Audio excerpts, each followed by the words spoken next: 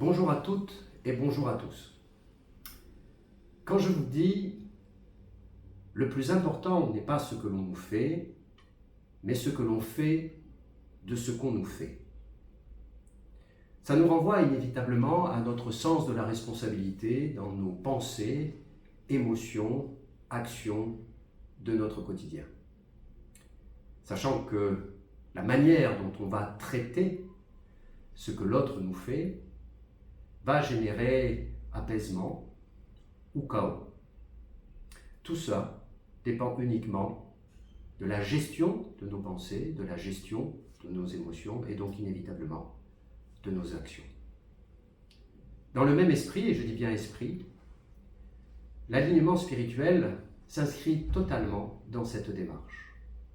Quel axe va-t-on donner à sa trajectoire? Un peu comme si l'intelligence spirituelle appliquée, c'était la boussole qui donne un axe général, et je dirais, dans une action par du mental supérieur, on pouvait gérer notre sens de la responsabilité.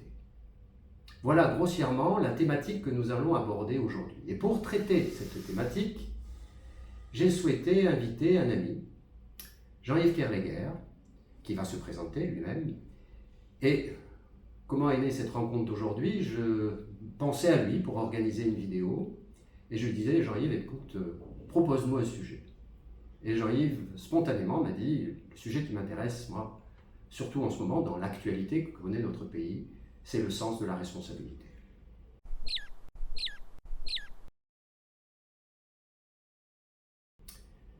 Bonjour Jean-Yves. Bonjour Philippe. Et je t'invite dans un premier temps, effectivement, à te présenter ce que tu fais, ce que tu as fait dans ta vie, les expériences acquises. Et en même temps, donc, deuxième question associée, pourquoi ce sujet? Ok. Moi c'est Jean-Yves. Pendant très longtemps, et je continue un peu à le faire aujourd'hui, j'ai accompagné des personnes à titre personnel ou des collectifs dans leur chemin. Et un adage que j'aime beaucoup, c'est « deviens qui tu es ». Et sur ce chemin de devenir qui tu es, au fond, quelle est ta raison d'être, la notion de responsabilité sur ce chemin-là m'a paru d'une évidence. Et quand tu m'en as parlé l'autre jour, avec ce que nous vivons, ce que nous avons vécu, les impacts de tout ce qui s'est passé récemment en Calédonie, m'ont vraiment fait réfléchir à la notion de responsabilité. Tu me poseras la question, et c'est quoi la responsabilité pour toi? Parfait. Effectivement, qu'est-ce que c'est que la notion de responsabilité? La notion de responsabilité. Pour moi, et au vu de ce que j'ai pu entendre, comprendre, vivre à l'extérieur ou pour moi, la responsabilité, dans un premier temps, c'est déjà arrêter de mettre du pouvoir à l'extérieur, arrêter d'accuser les autres, d'accuser l'environnement, d'accuser les situations et de les rendre coupables de ce qui se passe et de ce qui se passe chez moi ou en quoi ça peut m'affecter. C'est la faute des autres. Et je vais blâmer, je vais accuser, je vais rejeter. Donc coupable, je coupe. Or, pour moi, être responsable et revenir à sa responsabilité, c'est bien ça, c'est un retour vers soi. Et je rebondis sur ce que tu as dit tout à l'heure, c'est ce qui est important, c'est et qu'est-ce que ça fait sur moi, qu'est-ce que les choses, les événements ont pu faire sur moi. Ça, j'en suis responsable. Sur ce que ça fait sur l'extérieur, j'en suis pas responsable. Vouloir changer les autres et le monde, je pense que c'est peine perdue. Par contre, travailler, comprendre sur soi ce qui se passe, ça, là j'ai des moyens d'action et là je peux agir. Donc, si j'ai bien compris déjà, c'est de quitter la notion de culpabilité, on s'accuse ou on accuse, qui génère une énergie plutôt destructrice, plutôt toxique, et qui ne permet pas d'avancer, de résoudre un problème, de résoudre une difficulté, et que là où on en est, là dans notre échange, c'est qu'important spontanément, c'est le retour sur soi. Mais comment on fait ce retour sur soi? Comment on peut faire sur un plan pratique? Je suis confronté à une situation difficile qui m'amène à avoir des réactions certes inadaptées, peut-être je suis en colère, j'accuse, j'ai même peut-être une envie de me venger, de faire du mal parce qu'on m'a fait du mal. Comment on peut, selon toi, quitter cet état pour tendre vers un retour sur soi? Sur un plan pratique, comment on peut faire les choses? Sur un plan pratique, déjà, c'est une première étape qui est la prise de recul sur ce qui se passe. Et en quoi ce qui est en train de se passer est en train de m'affecter. Qu'est-ce que ça fait, qu'est-ce que ça procure sur moi? Quels sont les impacts que c'est sur moi? Juste prendre conscience que, ah ouais, tiens, j'ai le petit vélo là qui est en train de tourner, là, ça me procure ce type de pensée là. Ou, waouh, émotionnellement, tiens, j'ai de la colère qui monte. Ou j'ai un blocage à ce niveau-là. Ce retour à soi, c'est déjà juste prendre conscience de ce qui se passe là, ici et maintenant, sans vouloir le changer, sans vouloir encore à ce stade le faire bouger, et surtout sans y mettre du jugement, du bien, du mal. C'est simplement, c'est ce qui se passe. Donc, pour moi, c'est la première étape. C'est prendre un vrai temps de pause, oui, où je check ce qui se passe dans ma tête. Tout à fait ça. Je check ce qui se passe pour moi émotionnellement, quelle émotion m'anime dans cet instant, et je dirais presque qu'est-ce qui se passe dans mon corps, où cette émotion s'exprime. Est-ce que j'ai mal au ventre, est-ce que j'ai mal au dos, est-ce que j'ai mal à la tête, est-ce que j'ai mal quelque part, est-ce que j'ai une tension dans mon corps? Je check ma tête, je check mes émotions, je check mon corps. C'est tout à fait ça. Et de prendre le temps de se poser. Prendre ce temps-là, juste de faire ce retour sur soi-même. Mais sans doute que pour checker ces éléments, il faut peut-être se rencontrer sans se juger. Parce qu'il est évident que si je me refuse de me voir en colère parce que je sais que la colère c'est pas beau, ou que la rage m'anime, c'est pas une belle énergie, je peux avoir tendance peut-être à vouloir la refouler, la rejeter. Alors que donc je peux accueillir mon état mental, mon état émotionnel et mon état physique sans juger quoi que ce soit. Qu'en penses-tu? À ce stade, effectivement, c'est soit je résiste, soit j'accepte, je me dis, bah tiens, qu'est-ce que je fais de tout ça? Et là, comme tu le dis, c'est l'accueil. Accueillir pour ce que c'est, simplement, sans jugement, et sans vouloir changer quoi que ce soit. Ah ben non, je vais le diminuer. Ah ben non, c'est quoi cette pensée qui est là? Tiens, oh, bizarre, curieux. Tiens, j'ai une émotion qui est là, quand même, je ne devrais pas. Oh, elle est là. Ok. Parce que c'est là-dessus que j'ai un pouvoir. C'est aussi reprendre son pouvoir personnel pour modifier ce que ça impacte sur moi-même. Donc on en est à ce stade. Je me suis posé, j'ai checké mentalement, émotionnellement, physiquement. Je me suis mis en retrait, en recul de la situation, celle qui m'a perturbé, celle qui m'a heurté, celle où j'avais pu avoir tendance à vouloir accuser ou m'accuser. On en est là. Comment on peut faire par la suite pour retrouver ce sens réel de la responsabilité? Ok. Donc, une fois que j'ai pris conscience de ce qui est en train de se passer chez moi, physiquement, entre autres physiquement,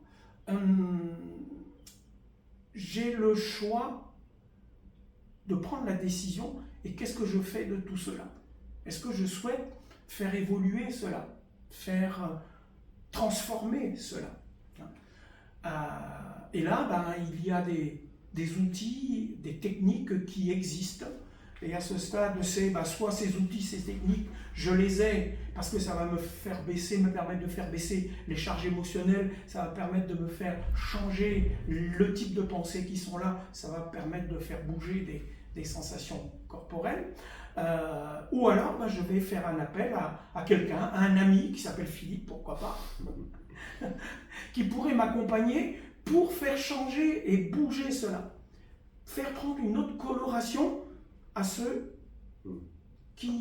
dont j'ai pris conscience dans un premier temps. Quand tu dis, il peut peut-être disposer d'outils, ou l'accompagnant à cette transformation peut disposer d'outils, est-ce que tu penses à certains outils qui te semblent intéressants d'exploiter? Oui, moi j'en ai deux que j'utilise quand j'accompagne les gens, ou que j'ai utilisé sur moi-même par rapport à des événements récents que j'ai pu vivre, qui sont des outils de traitement émotionnel, qui est en général associé à une émotion. Il y a toujours un impact physique quelque part. Alors plutôt que de travailler sur une émotion, parce que changer une colère, c'est pas toujours évident, on regarde simplement l'impact physique, et puis cet impact physique, là où c'est figé, où c'est bloqué, eh ben, l'outil traitement émotionnel permet de faire changer, de faire évoluer ce marquage physique, et le lien qui est entre l'émotion et le marquage physique, ben, il disparaît, il bouge du fait que le marquage physique, il est en train d'évoluer. C'est une technique simple et hyper puissante.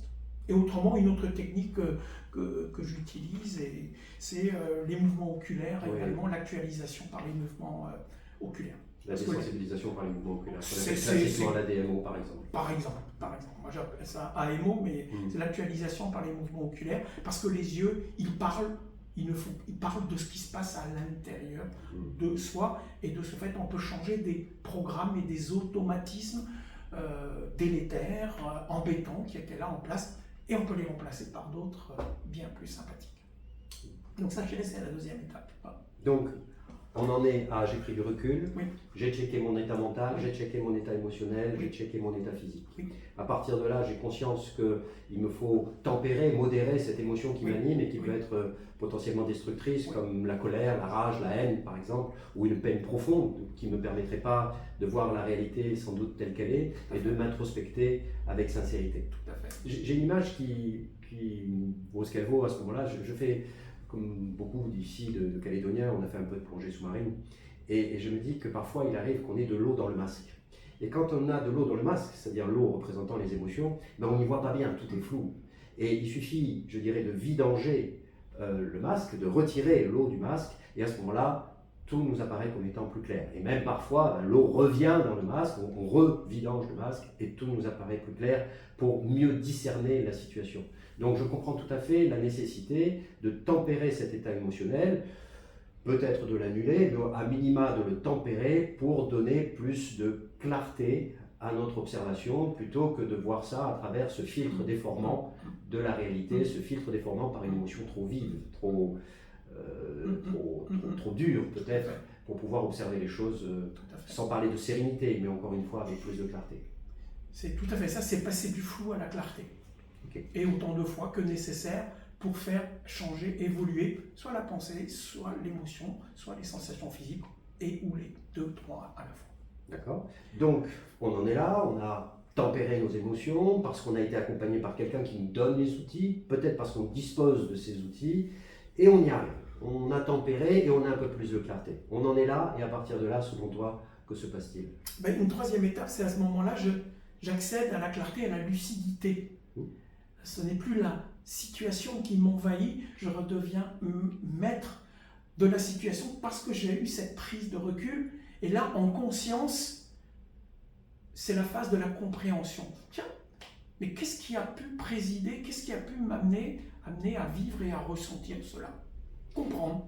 Est-ce que tu peux nous donner un exemple personnel lié à ton histoire ? J'en donnerai un petit peu me concernant pour illustrer ce passage, parce que parfois on se dit oui, la clarté, mais la lucidité, je comprends, mais concrètement, c'est quoi l'explication ? Est-ce que tu as un exemple personnel peut-être à nous donner Je peux donner l'exemple de ce qui m'est arrivé, puisqu'il y a bientôt 1 an, j'ai fait une chute dans une cascade et je me suis fracturé le fémur, et je dit ah tiens, qu'est-ce que ça peut bien vouloir dire ça ? Bon, après, quand j'ai fait un petit retour sur image, ce qui m'est venu, moi, c'est peut-être qu'aujourd'hui, Jean-Yves, il est temps de lever le pied.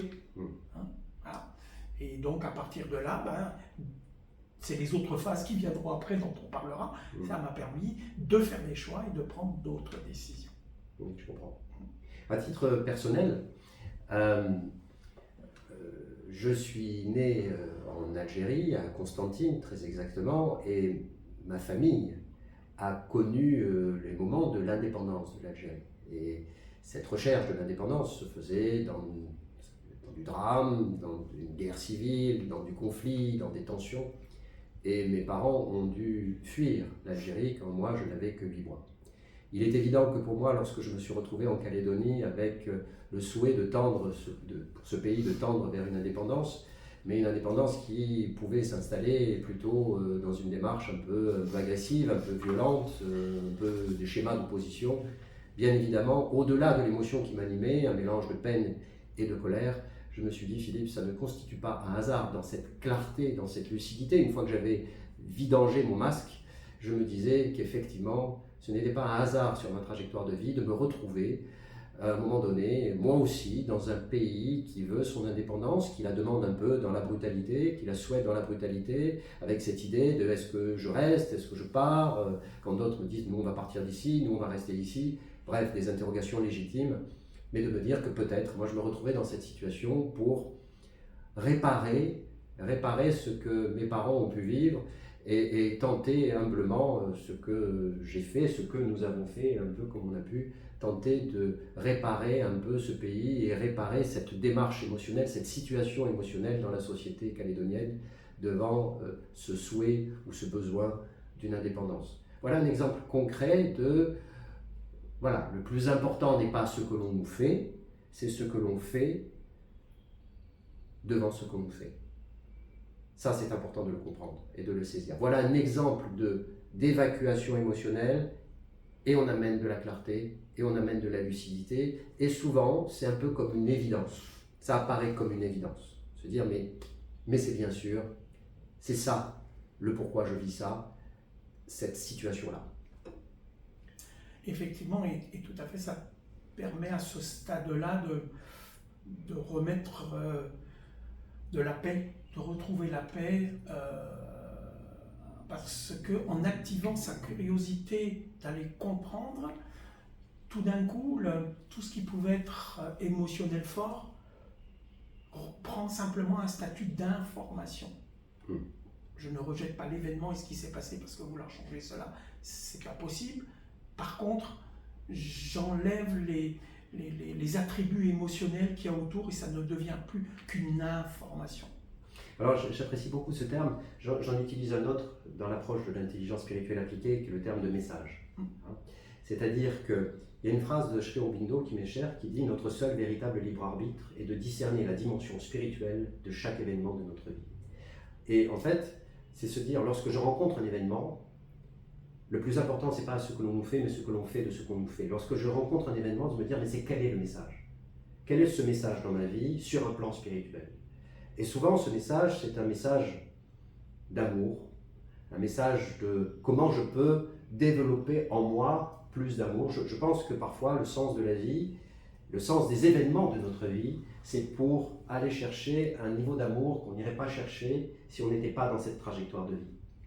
Et par exemple, de développer quelque chose qui déploie de l'amour, qui est une expression de l'amour, qui est le pardon. Donc parfois, pour moi, le sens de la vie est un sens spirituel, et du coup, lire les événements de la vie en se disant quel est le message spirituel contenu dans cet événement. Parfois du plus anecdotique au plus éprouvant, voire le plus joyeux.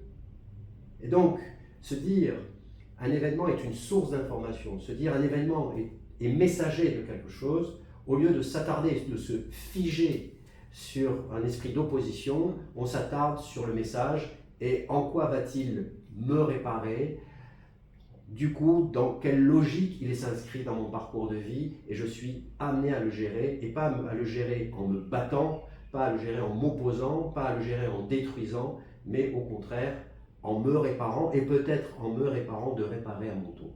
En l'accueillant et en surfant dessus. Parce que à partir du moment où je suis dans cette posture, si je comprends, je m'aime. Et si je m'aime, je me comprends. C'est exactement ça. Ouais. Et là, je rebondis tout à fait sur ce que tu as dit. Et qu'est-ce que j'en fais de ça? Ici et maintenant. Et là, ça nous fait passer à une troisième phase, c'est quelles sont les opportunités que cela m'apporte? Sur quelle opportunité est-ce que ça m'ouvre? Et quels sont les choix qui maintenant, quel est l'éventail de choix qui est en train de s'offrir à moi sur des possibilités différentes et dont je n'avais même pas conscience jusqu'à présent. Donc, c'est et quels sont les choix? Et une fois que j'ai cette panoplie de choix, toujours ça fait partie de ma responsabilité. Et parmi tous ces choix, qu'est-ce que je décide ici, maintenant, parmi tous ces choix, pour partir sur un chemin d'évolution, un chemin de changement, et en étant aussi complètement ouvert, au-delà d'une décision stricto sensu, ouvert à ce qui va arriver. Et une fois que cette décision-là est prise, et quelles actions concrètes je mets en place? Éventuellement selon un plan d'action, mais quelles actions concrètes je mets en place? L'important, c'est de remettre du mouvement, remettre de la vie, de la survie, j'arrive en vie, du survivant, je deviens un vivant. Et avec un esprit de décision, c'est-à-dire pas une réaction, mais une action. C'est-à-dire qu'en gros, c'est je décide. Tout à fait. En mon âme et conscience, Ici je décide, ici maintenant, d'agir de telle et telle manière. Et c'est mon choix, et c'est mon sens de la responsabilité. Tout à fait. Et c'est mon sens de la responsabilité. Au lieu d'avoir une réaction finalement qui m'échappe, d'avoir cette attitude qui consiste à aller se battre, à s'opposer, à attaquer, comme on le disait au début de notre rencontre, je me culpabilise ou je culpabilise l'autre, les autres, mon environnement, mon entourage.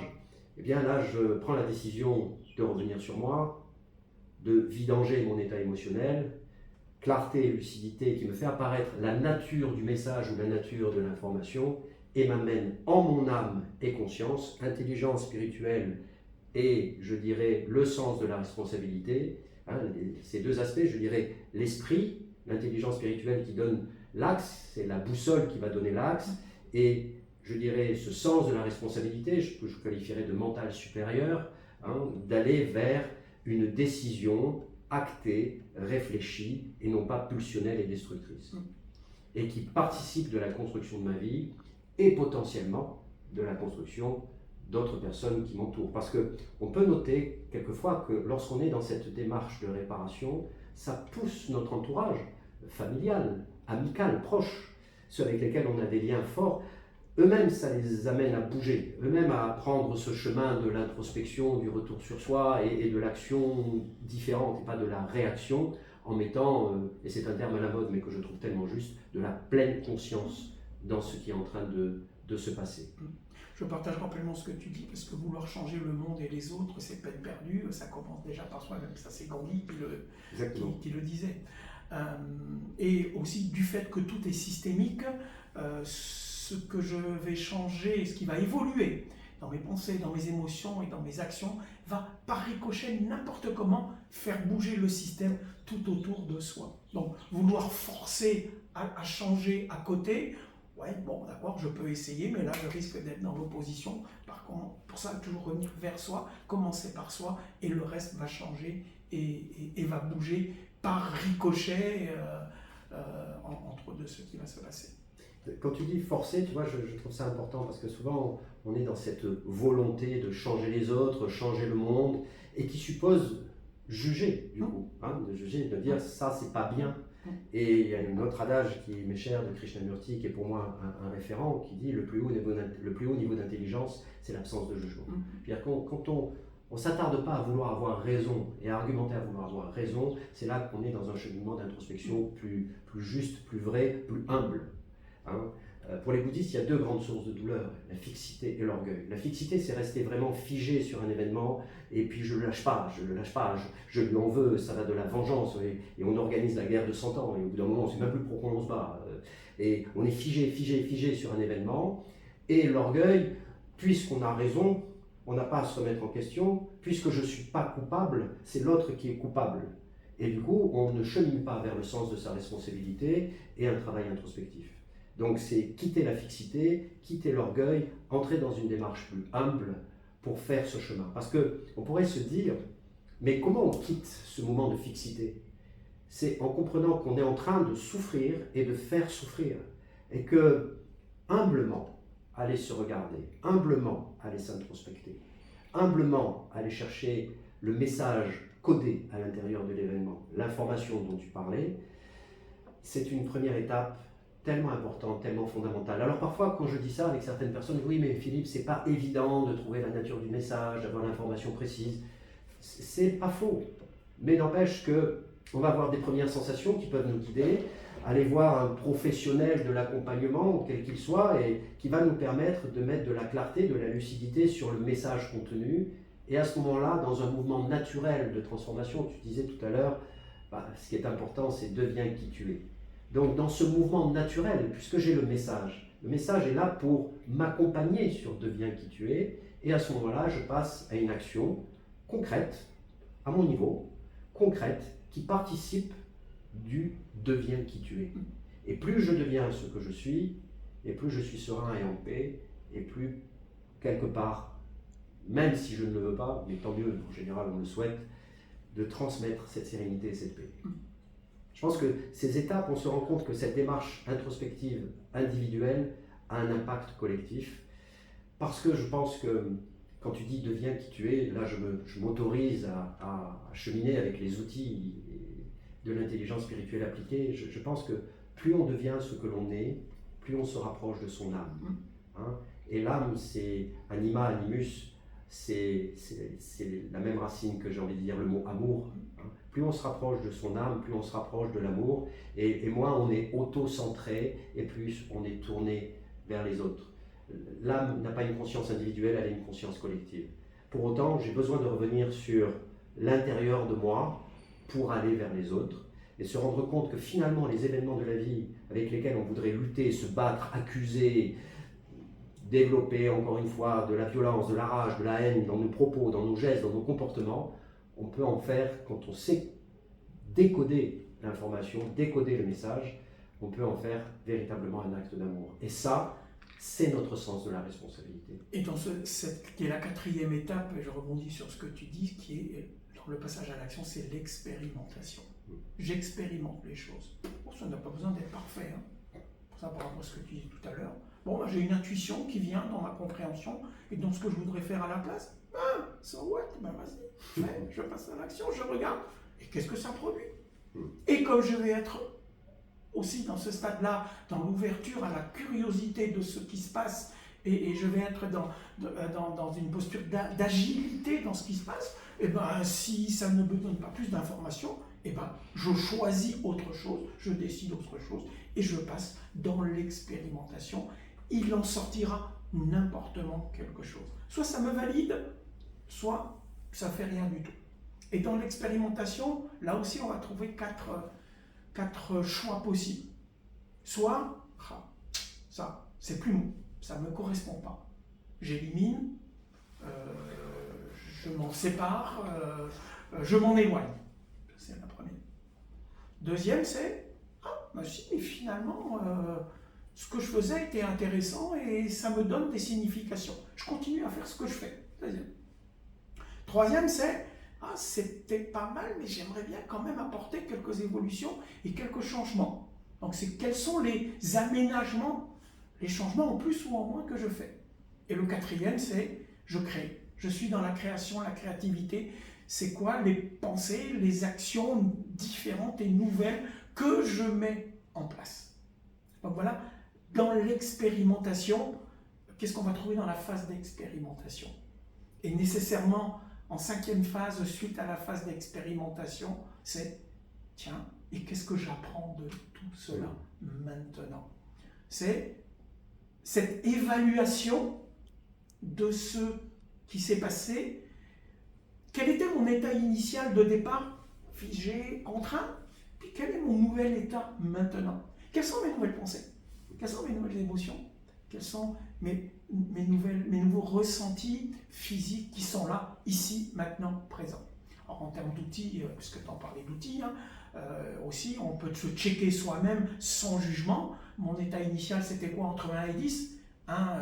C'était pas terrible, 10, j'étais complètement dans la joisse. Et là, maintenant, dans mon état évolué, qui a changé, j'en suis toujours entre 1 et 10. Et je compare, et c'est là que souvent on regarde, tiens, oui, ça a bien évolué. Donc la dernière étape, c'est la cinquième, c'est j'évalue qu'est-ce qui a bougé, qu'est-ce qui a changé, et qu'est-ce que j'ai appris de tout cela. Alors j'apprécie beaucoup la dernière étape quand tu parles de qu'est-ce que j'ai appris, c'est-à-dire cet apprentissage. J'ai souvent ce regard sur la vie, j'ai une vision un petit peu scolaire de l'existence. Je me dis que le matin, je pars à l'école avec mon petit cartable, et en fin de journée, je me dis, mais qu'est-ce que j'ai appris aujourd'hui? Qu'est-ce que j'ai appris justement par ces événements qui me sont arrivés. J'ai fait quoi des événements qui me sont arrivés? J'ai fait quoi des tensions rencontrées ou des satisfactions rencontrées? Quel est le message? Je reviens toujours là-dessus, parce que je pense que cet apprentissage passe par décoder le message, c'est-à-dire comprendre que la vie est messagère, que les rêves que l'on fait sont messagers, que les situations qu'on traverse sont messagères. Elles ne sont jamais là pour rien, elles ont toujours du sens, mais à nous de décoder le sens. Et cet apprentissage, encore une fois, c'est ce qui va me permettre de devenir qui je suis. Et c'est pour moi le propre de la vie, ça. C'est comme si il y avait un fleuve, il y a un axe, il y a un courant. Dans ce fleuve, quand on y entre, c'est deviens qui tu es, tends vers ce que tu es. Et tout nous pousse à ça. Et quand on sait décoder les événements, on peut les décoder en se disant en quoi l'événement va me permettre de devenir un petit peu plus qui je suis. Et souvent, dans la souffrance, on résiste un peu parce qu'on a peur de ce changement, on a peur de cette transformation, on a peur de cette mutation, on a peur d'aller rencontrer au fond de soi peut-être des choses qu'on ne voulait pas voir parce qu'elles sont chargées de peine, de colère, et qu'on préfère rester sur des peines et des colères de surface plutôt que d'aller voir peut-être des peines et des colères plus profondes. Et c'est celle-là, bien sûr, qu'on doit évacuer ou qu'on doit essayer de gérer. Et parce que j'arrive à me débarrasser de ces peines et de ces colères profondes, plus de lucidité, plus de clarté, j'arrive à décoder le message et naturellement je passe à une action qui va me permettre de devenir un peu plus qui je suis. Et j'insiste encore une fois, en général ça pousse l'environnement à se poser aussi ce genre de questions. C'est ce que je voulais rebondir dans ce que tu disais, et comme ça ce qui me permet de passer de moi au collectif. Parce que là c'est pas simplement d'être égoïste avec soi. Et maintenant, je peux aller vers le collectif, partager avec du collectif, vivre dans le collectif. Et cette 5e étape-là aussi, au bout d'un temps, elle va finir par reboucler avec la première, parce que ça va me faire vivre des situations nouvelles, avoir des pensées différentes, et on rentre dans une spirale, dans un spin qui est celui de l'évolution. Et c'est ça qui nous rend vivants. Exactement. On va conclure là-dessus, c'est ça qui nous rend vivants. Ouais. Et justement, j'aimerais conclure avec un acronyme à partir de tout ce qu'on vient de dire. Quand je suis responsable, je m'assume, je m'émancipe et je m'aime. Alors, même avec un acronyme qui est le A, je m'assume. Le I, c'est j'investigue, je comprends. Le M, qui est je mets en mouvement, j'expérimente. Et puis le E, c'est j'évalue, qu'est-ce que je comprends maintenant, qu'est-ce que j'apprends de ce qui s'est passé. Voilà. Écoute, c'est un beau message justement, puisqu'on parlait de message. Celui-là, il est simple à décoder, parce que tu nous permets de le décoder spontanément. Et j'apprécie cette notion d'être vivant. Souvent, on ne s'en rend pas compte dans la vie de tous les jours. À force de rester fixé sur des événements, en fait, on est en état de survie, on n'est pas en état de vie. Et dès qu'on cherche plutôt à décoder les messages, on quitte cet état de survie pour passer à la vie, en vie. Et on retrouve et on rencontre l'autre, les autres et notre environnement différemment. Il y a des outils en intelligence spirituelle appliquée qui permettent aussi d'alimenter cet état, de fortifier cet état.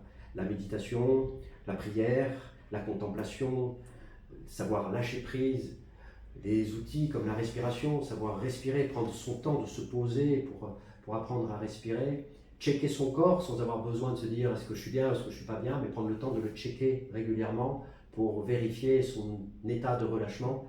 Tout ça, ce sont des outils simples qu'on aura probablement l'occasion de développer de nouveau.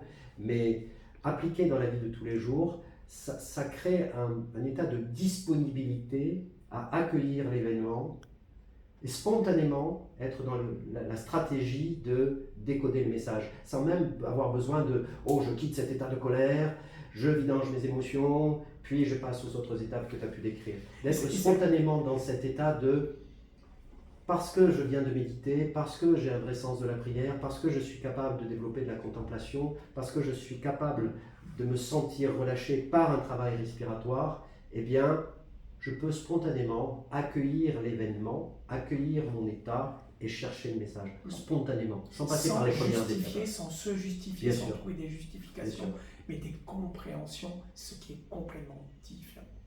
C'est quoi le message ? Ça, c'est notre responsabilité. Décoder le message et agir en conséquence. Et ça, c'est de l'intelligence spirituelle appliquée. D'où le lien entre les deux. Mm. Je te remercie beaucoup, mon ami. C'était un plaisir pour moi. C'était un plaisir partagé. J'espère que c'était également un plaisir pour vous d'avoir écouté cet échange et que tout ceci pourra vous aider à décoder les messages et à avancer, à agir dans votre trajectoire de vie pour trouver cette paix intérieure. En tout cas, c'est ce que je vous souhaite, c'est ce que nous vous souhaitons. Merci pour votre écoute. Merci à vous. Au revoir. À bientôt. Pour pouvoir approfondir les outils de l'intelligence spirituelle appliquée, je vous invite à partager, à diffuser autant que possible ce podcast. Également d'aller vous inscrire à ma newsletter sur mon site internet, Intelligence spirituelle appliquée. Vous y retrouverez les masterclass déjà existantes et vous serez tenu également informé de toutes les nouveautés. Par ailleurs, vous pouvez me suivre et liker, si vous le souhaitez bien sûr. Vous pourrez me suivre sur ma chaîne Facebook, YouTube et Instagram. Je vous en remercie par avance et sachez que si toutes les thématiques abordées sont importantes pour vous, j'insiste, partagez et diffusez.